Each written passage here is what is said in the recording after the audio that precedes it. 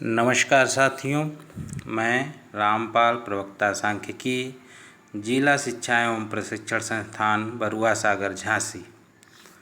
आज हम लोग बीजी व्यंजकों का जोड़, घटाना व पाई चार्ट के विषय में विस्तृत अध्ययन करेंगे। जैसा कि हम सभी जानते हैं कि बीजी व्यंजकों का जोड़ और घटाना जानने से पहले हम लोग को चर राशि, अचर राशि, सजाती व्यंजक और विजाती व्यंजक जानना अति आवश्यक है। इनके बारे में जानकर ही हम बीजी व्यंजकों का जोड़ व घटाना जान सकते हैं। तो हम शुरू करते हैं कि बीजी व्यंजकों के जोड़ और घटाना ज्ञान करने के पश्चात हम क्या क्या कर सकते हैं, अर्थात हमारा उद्देश्य क्या है। यदि हम बीजी व्यंजकों के जोड़ और घटाना जान जाते हैं तो एक विद्यार्थी में तर्क करने की क्षमता विकसित हो सकती है। विद्यार्थी अज्ञात संख्याओं का मान ज्ञात कर सकता है। विद्यार्थी आसानी पूर्वक 2 या 3 राशि के 3 पदों के व्यंजक को हल कर सकता है। अब हम देखते हैं चर राशि क्या होती है। ऐसी राशि जिनका मान बदलता रहता है चर राशि कहलाते हैं, जैसे x, y, z आदि। x, y, z भिन्न भिन्न व्यंजकों में x का मान, y का मान, z का मान अलग अलग हो सकता है, अतः इन राशि को चर राशि कहते हैं। अचर राशि क्या है? ऐसी राशि जिनका मान बदलता नहीं वरन स्थिर रहता है उन्हें अचर राशि कहते हैं, जैसे 2, 3, 4, 5 आदि। क्योंकि सभी व्यंजकों में इनका मान स्थिर होता है, इसलिए इन्हें अचर राशि कहते हैं। सजाती व्यंजक किसे कहते हैं? ऐसे व्यंजक जिनके पद समान होते हैं सजाती व्यंजक कहलाते हैं। विजाती व्यंजक क्या होते हैं? ऐसे व्यंजक जिनके सभी पद समान न हो वरन अलग अलग हो, इस प्रकार के व्यंजक को विजाती व्यंजक कहते हैं। सजाती व्यंजक, विजाती व्यंजक, चर राशि, अचर राशि, इनको जानने के पश्चात अब हम देखते हैं कि बीजी व्यंजकों के जोड़ और घटाना। बीजी व्यंजक 4 प्रकार के होते हैं। पहला एक पदी व्यंजक। ऐसे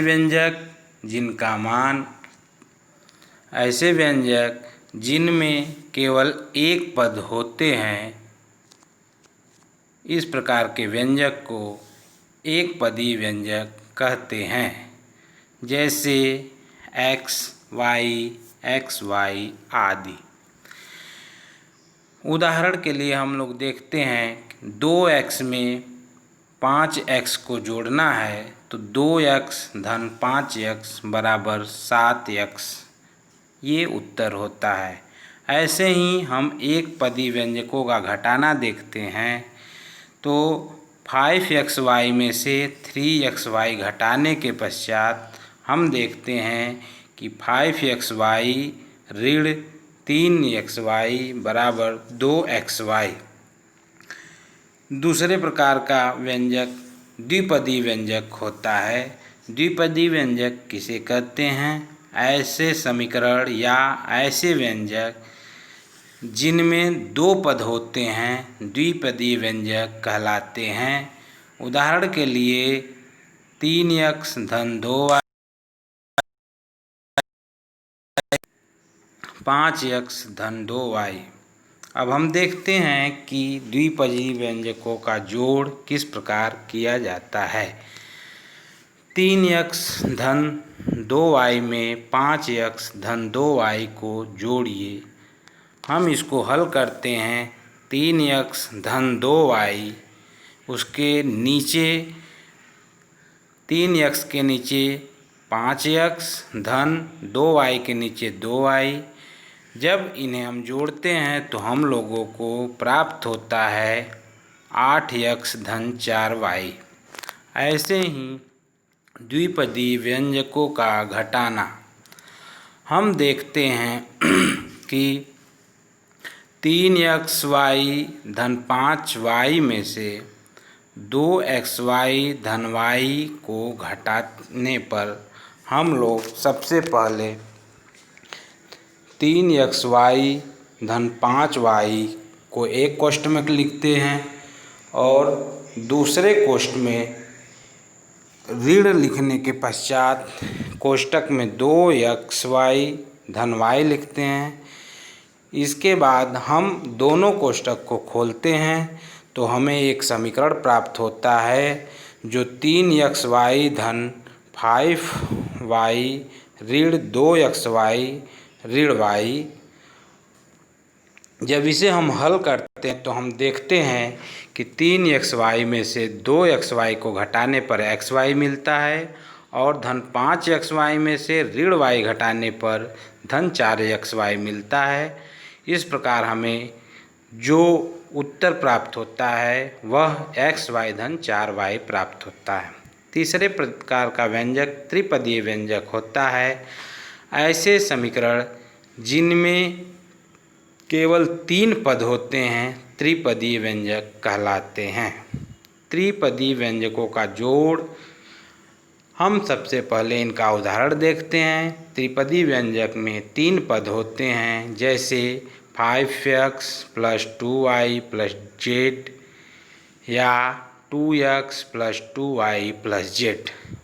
यदि हम त्रिपदीय व्यंजकों का जोड़ देखते हैं तो हम कहें कि 5x में 5x धन 2y धन z में 2x धन 2y धन z को जोड़िए तो हम इसे 5x धन 2y धन z, उसके नीचे 5x के नीचे 2x धन 2y के नीचे 2y धन z के नीचे z, इस प्रकार लिखकर जोड़ते हैं और हमें जो व्यंजक प्राप्त होता है उत्तर के रूप में वह 7x धन 4y धन 2z प्राप्त होता है। त्रिपदीय व्यंजकों का घटाना, जैसा कि हम देखते हैं कि 3 पदी व्यंजकों का घटाना, इसे हम लोग एक उदाहरण द्वारा देखते हैं। जैसे 5x धन 4y धन 3z में से x धन y धन z को घटाने पर हमको क्या प्राप्त होगा। तो सबसे पहले हम लोग एक कोष्ठ में लिखते हैं 5x धन 4y धन 3z, उसके बाद ऋण का चिन्ह लगा के दूसरे कोष्ठक में लिखते हैं x धन y धन z।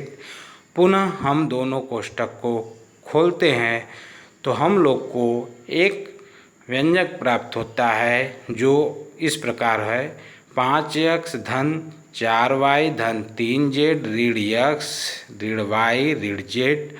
और इसको हल करने पर हम देखते हैं कि 5x में से 1x घटाने पर 4x बचता है, धन 4y में से 1y घटाने पर धन 3y बचता है और धन 3z में से 1z घटाने पर 2z बचता है। तो हमें उत्तर के रूप में प्राप्त होता है 4x धन 3y धन 2z बहुपदी व्यंजक। इसी प्रकार से हम बहुपदी व्यंजक के बारे में देखते हैं।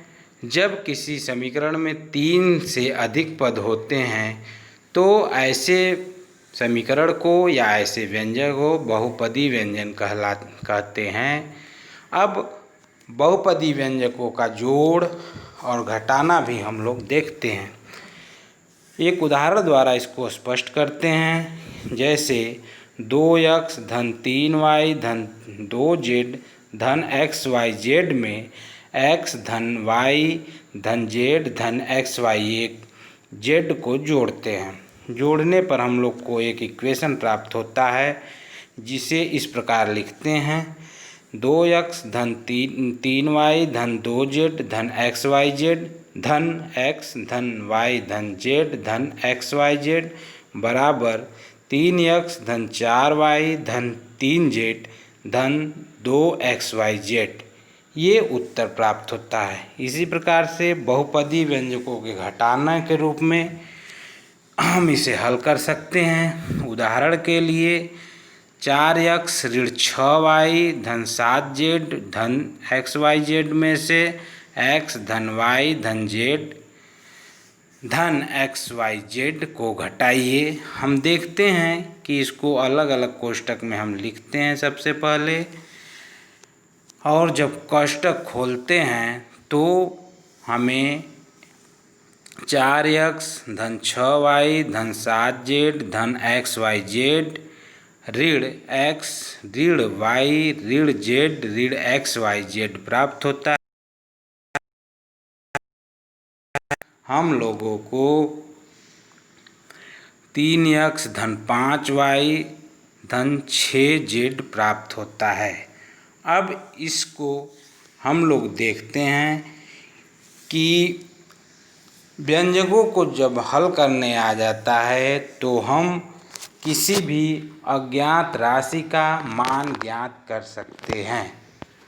अब हम देखते हैं पाई ग्राफ या वृत्त आरेख।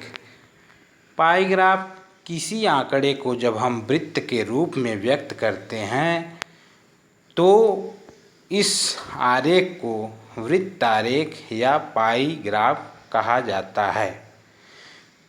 इसे प्राप्त करने के लिए आंकड़ों के भिन्न भिन्न भाग को वृत्त के चाप के रूप में व्यक्त करते हैं और भिन्न भिन्न भाग को आंकड़ों के भिन्न भिन्न भाग को वृत्त के केंद्र पर कोण के रूप में निरूपित करते हैं और हमें यह ग्राफ एक रोटी के टुकड़े के समान प्राप्त होता है। इसलिए इसे हम पाई ग्राफ या वृत्त आरेख भी कहते हैं। जैसा कि हम उदाहरण में देखते हैं कि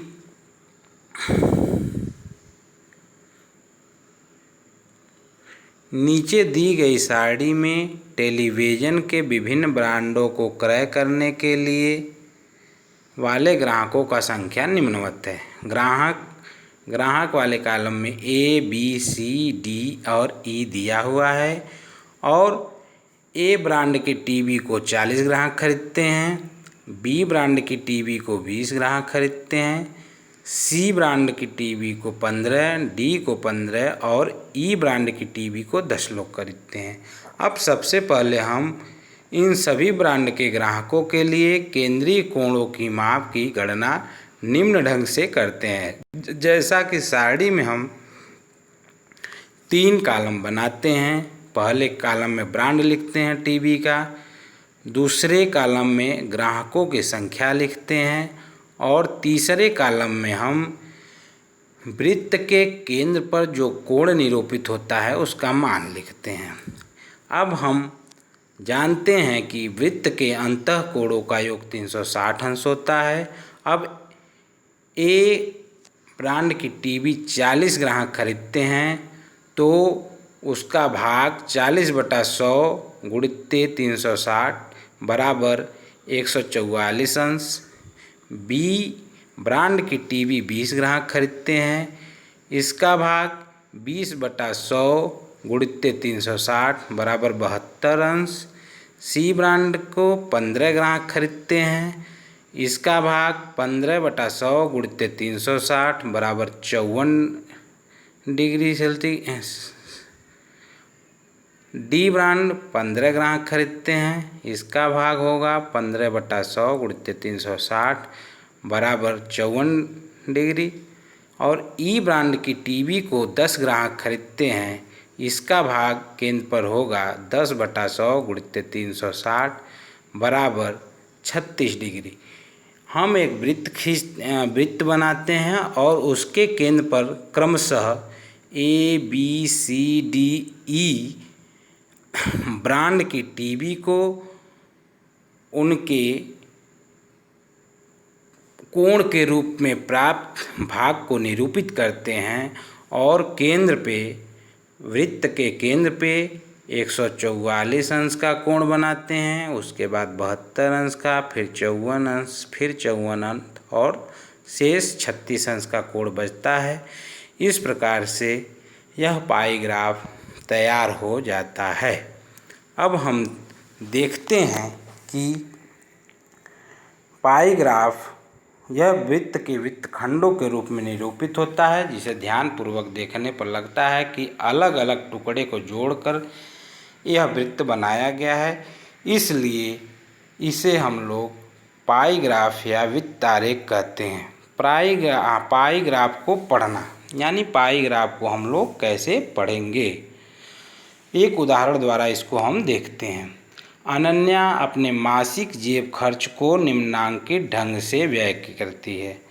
इसे पाई ग्राफ द्वारा प्रदर्शित किया गया है। यानी एक लड़की है जो अपने मासिक खर्च को इस प्रकार से खर्च करती है, जिसको इस पाई ग्राफ के रूप में हम निरूपित करते हैं। अब इस वृत्त को देखकर हम कुछ प्रश्नों के उत्तर दे सकते हैं, जैसा कि इस वृत्त पाई ग्राफ में हम देखते हैं कि मनोरंजन पे सबसे ज़्यादा खर्च होता है, 120 अंश का कोण बनता है। सबसे कम बचत होता है, यानी 20 अंश का कोण बनता है। दान में 40 अंश का कोण बनता है। पुस्तकों पर 70 अंश का कोण बनता है। कपड़ों में उसका व्यय 62 अंश का कोण निरूपित करता है और उसके मनपसंद कार में 50 अंश का कोण निरूपित करता है। तो इस चित्र को देखकर हम इन प्रश्नों के उत्तर बड़े आराम से दे सकते हैं। सबसे पहला प्रश्न है, सबसे अधिक व्यय किस मद पर किया जाता है। यदि हम ध्यानपूर्वक इस पाई ग्राफ को देखते हैं तो हमें पता होता है कि मनोरंजन पर जो खर्च है वह 120 डिग्री का कोण बनता है और जो सबसे ज़्यादा है। तो इस चित्र के अनुसार हम बता सकते हैं कि अनन्या का सबसे ज़्यादा खर्च मनोरंजन पर होता है। सबसे कम, दूसरा प्रश्न है, सबसे कम धन किस मद में व्यय होता है। तो इस पाई ग्राफ को हम लोग ध्यान से देखते हैं तो सबसे कम बचत पे खर्च होता है। सबसे कम धन बचत किया जाता है, जो कि 20 अंश के कोण के रूप में केंद्र पर निरूपित है। तीसरा प्रश्न है,